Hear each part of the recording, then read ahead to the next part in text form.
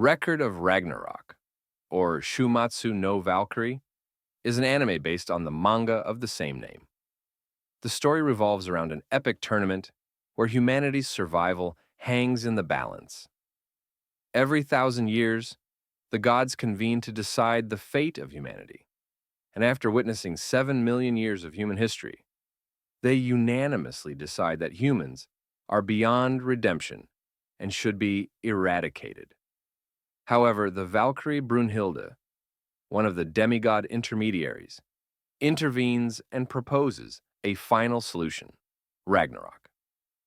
In this ultimate showdown, 13 human warriors, each representing the best of mankind throughout history, are pitted against 13 gods in one-on-one duels.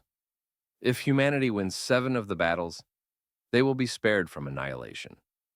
The anime introduces the first fight, which sets the tone for the entire tournament. The first match is between Thor, the Norse god of thunder, and Lu Bu, a legendary Chinese warlord. Thor, known for his immense power and unmatched combat prowess, initially appears invincible, wielding his mighty hammer, Mjolnir. However, Lu Bu, despite being a mere mortal, proves to be a formidable opponent, wielding the weapon forged from Brunhilde's Valkyrie sister, Randgriz. Lu Bu's undying fighting spirit and unmatched martial skills showcase the essence of human resilience. Nonetheless, Thor ultimately prevails, delivering a devastating blow that defeats Lu Bu, marking the god's first victory. The second match features Zeus, the ruler of the Greek pantheon, against Adam, the first human. Adam's presence is significant, as he is not only the progenitor of mankind, but also embodies human defiance. What makes Adam particularly special is his ability to mimic the powers of gods through his divine reflection. This ability allows him to perfectly replicate any move Zeus uses against him, giving him a fighting chance against the king of gods. Their battle is fierce, with Adam holding his own against Zeus' formidable powers. However, despite his skill and defiance, Adam ultimately succumbs to exhaustion. His death, standing proudly and refusing to fall even in defeat, becomes a symbol of mankind's unwavering willpower.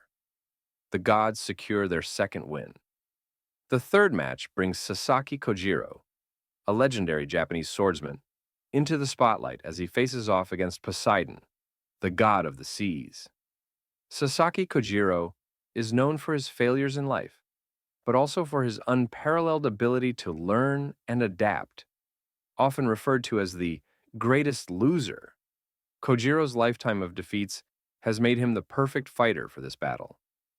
His opponent, Poseidon, is cold and calculating, and views mortals with disdain. The fight between Kojiro and Poseidon is a true reflection of human tenacity, with Kojiro continuously learning and improving during the fight. Against all odds, Kojiro eventually overcomes the god, delivering humanity's first victory in Ragnarok.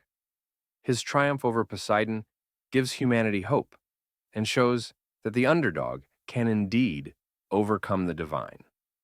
Following these intense matches, the anime delves deeper into the motivations and personalities of both gods and humans, revealing the philosophical tensions between divine judgment and human struggle.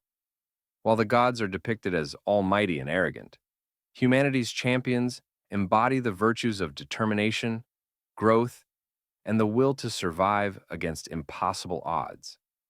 The fourth match introduces Heracles, the god of strength and a former human who ascended to godhood, against Jack the Ripper, the infamous serial killer from Victorian London. This match is particularly fascinating because Heracles embodies justice and righteousness, while Jack represents humanity's darker side. Jack is not a warrior, but a cunning strategist, using his wits and trickery to face Heracles in the streets of a recreated London.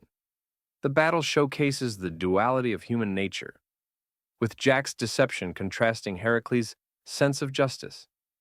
Despite Heracles' overwhelming power and righteous heart, Jack uses his ingenuity to defeat the god, securing humanity's second victory. These early battles in Record of Ragnarok present a stark contrast between divine power and human ingenuity.